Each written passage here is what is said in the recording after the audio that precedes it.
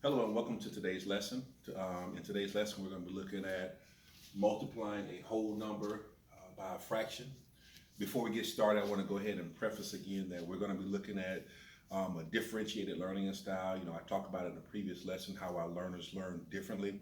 So we want to make sure that we provide enough evidence for those students to learn in multifaceted ways. So today I'm going to be using an area model to solve this problem, 4 times 2/3, and then I'll also be using this standard algorithm. All right, let's go ahead and get started. So the first thing I'm gonna look at when I'm multiplying 4 times 2/3, if I don't have enough background knowledge in multiplication, what I wanna do is I wanna create an area model for this problem.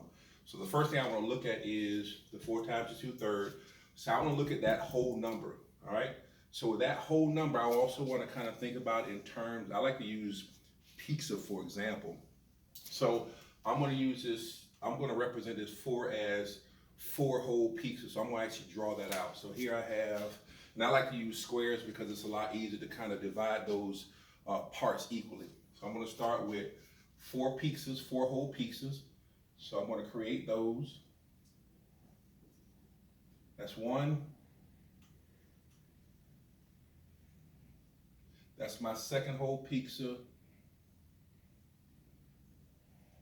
Here's my third. And now I have my fourth. So again, that whole number 4 represents 4 whole pizzas. Now I want to look at this fraction piece, all right? So hopefully your background knowledge will kick in. So here in the fraction, we have a numerator, which is my top number, and a denominator, which is my bottom number. So I want to start with my denominator. This denominator, this 3 tells me how many equal pieces to divide these 4 pizzas into. So I'm going to divide my 4 pizzas into 3 equal parts.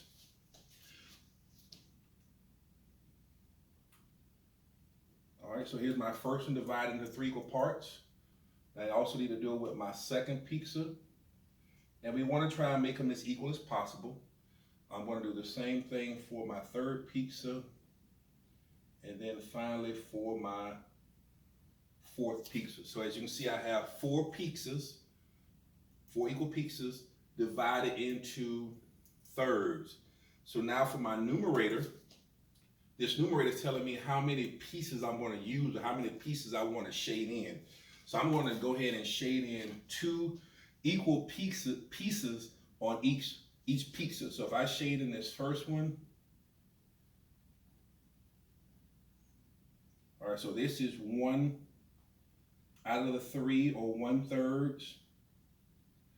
This will represent 2 out of the 3 or the 2/3. You with me? All right, so this represents 2/3 of 1 whole pizza. Now I need to repeat these steps in each of the remaining 3. So I'm going to go ahead and shade in this 1/3. And as we continue to move on, I'm just going to remind you guys that multiplication is just a faster way to actually add. All right, I'm going to go ahead and shade in my second third here. And I want to make sure I shade it in equally so you guys can see it on the video. Please remember to share the video for any student, also any parents that may have a little difficulty with math. At the end of the lesson, I'll make sure I provide you guys with my YouTube page. All right, so here I have the 2/3. I need to do it one more, the third time. So I'm going to shade in 1/3. Again, I want to try and shade it so you guys can see on the video. And then here's my second shading, which represents my 2/3. There's actually different ways we can do this. So here's the first one. I want to do it for my last whole pizza. Here's 1/3. Shade it in. And now for my second third.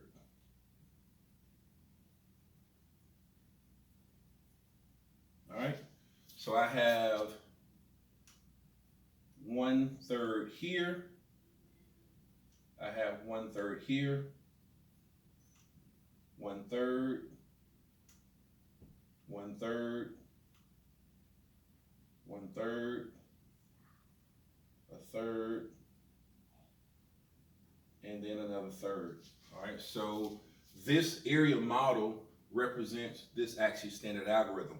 So now my next step, and I kind of reminded you guys that multiplication is just a faster way to add. We also call it repeated addition. I'm going to now take these thirds. I'm just going to go ahead and add them together. So if I take my first third, add it with my second third, my next 1/3, my next 1/3, go back and put my addition sign, add it with another third, the next 1/3, almost there, plus this 1/3, and my final 1/3. Now we kind of revert back and think about the laws for adding fractions. If my denominator is the same, I keep that denominator, right? So I keep that denominator. And the rule says I just add my numerators. So I have 1, 2, 3, 4, 5, 6, 7, 8. So I have 8 thirds. So 4 times 2/3 will give me 8 thirds. Now I want to kind of remind you guys, now we can't quite leave it as 8 thirds. We call this, I know back in the days we called it an improper fraction. Current terms we use a fraction greater than 1. So anytime my top number or my numerator is larger than my bottom number, also known as my denominator, this creates a fraction greater than 1. This is telling me that when I convert this, I'm going to actually have a whole number and part of another number, which is going to equal to a fraction. So how do we do that? So there's 2 different ways I want to show you guys. All right. One way is I can actually take my area model and I can solve for that to get that fraction greater than 1. I can actually take this third here. I'm going to erase it here. And I can start plugging it into these top pieces. So I'm going to take that third, I'm going to put it here. Right? All right, I can actually take this because I want to try and fill in these empty spaces. So I'm going to take this third away from here. So essentially I've taken these pieces out. I'm going to actually just place them in these boxes that have empty spots. So I'm going to put it here.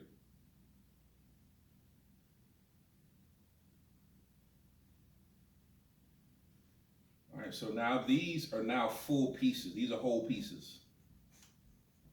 All right, I can actually, so actually I'm done. So I don't have anything else here to shade in. So here I have one hole here. I have another hole here. And I have 2/3 shade out of this hole. So this hole actually is gone because I've taken those slices out. So I have 2 holes. And I have 2/3 of another hole. So we can see that 8 thirds is also equal to 2 2/3. And this is what we want our final answer to be. Is the answer 8 thirds? Is 8 thirds equivalent to 2/3? Absolutely, yes it is. However, we want to show it in final terms. And the final term will be converting this 8 thirds or this improper fraction or a fraction greater than 1 into this mixed number of 2 2/3. And this is actually going to be our final answer.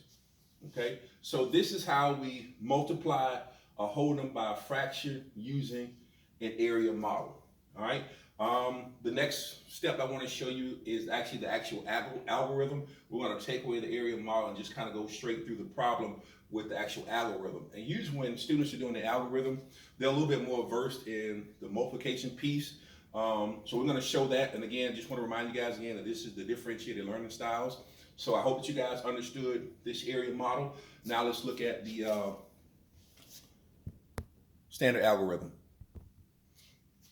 Okay, we're back. So we just finished up multiplying the whole number 4 2/3 by the fraction 2/3. So now I'm going to actually look at this with the standard algorithm. So I'm going to actually do this in a couple stages. I'm going to say that stage one will be the actual problem itself or steps. The next step is I want to convert this whole number into a fraction. So what I need to do is I now have 4 times 2/3. In order to multiply this with the standard algorithm, I have to now convert this 4 into a fraction. So all I need to do is just basically place the 4 over the 1. All right. Now I'm going to go to my third step. Third step is if we revert back and we think about the rules of multiplying fractions. When we're multiplying fractions, the rule says my denominators do not have to be the same. So I have permission to go ahead and multiply straight across and straight across, which means I multiply my numerator straight across, I multiply my denominator straight across. So if I multiply 4 times 2, I'll get 8. If I multiply 1 times 3, I'll get 3.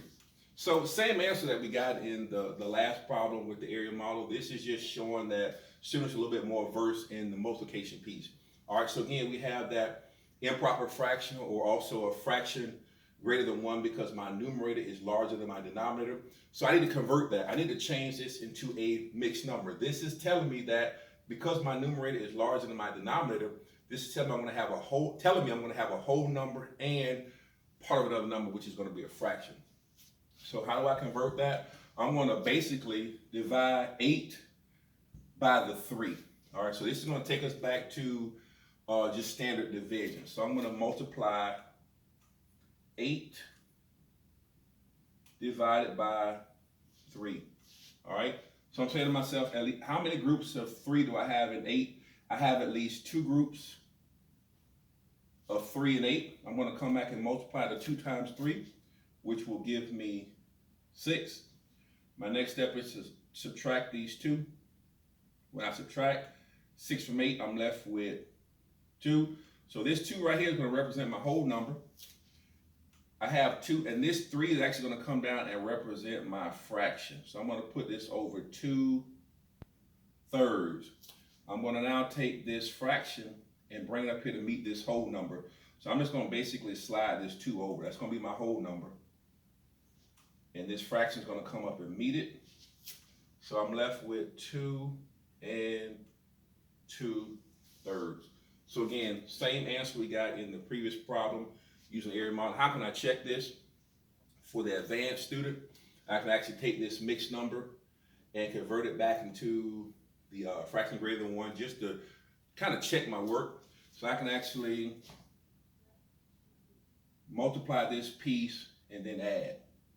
So I'll show you what I mean. If I multiply 2 times 3, I'll get 6.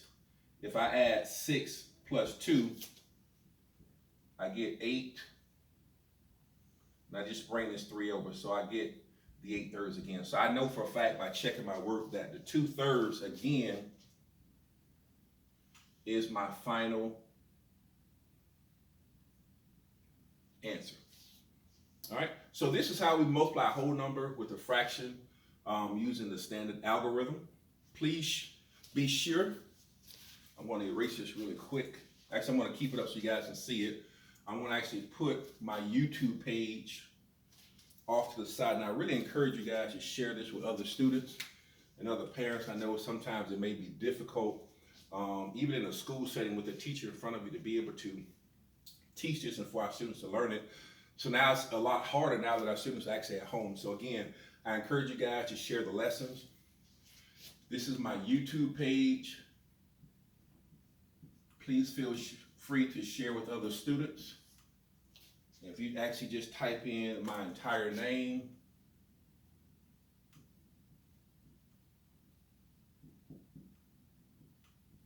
it should bring up other lessons that I've created on YouTube. All right, hope you guys learned something from this. Make sure that, again, you share the YouTube page, and we'll see you next time with another lesson. Take care.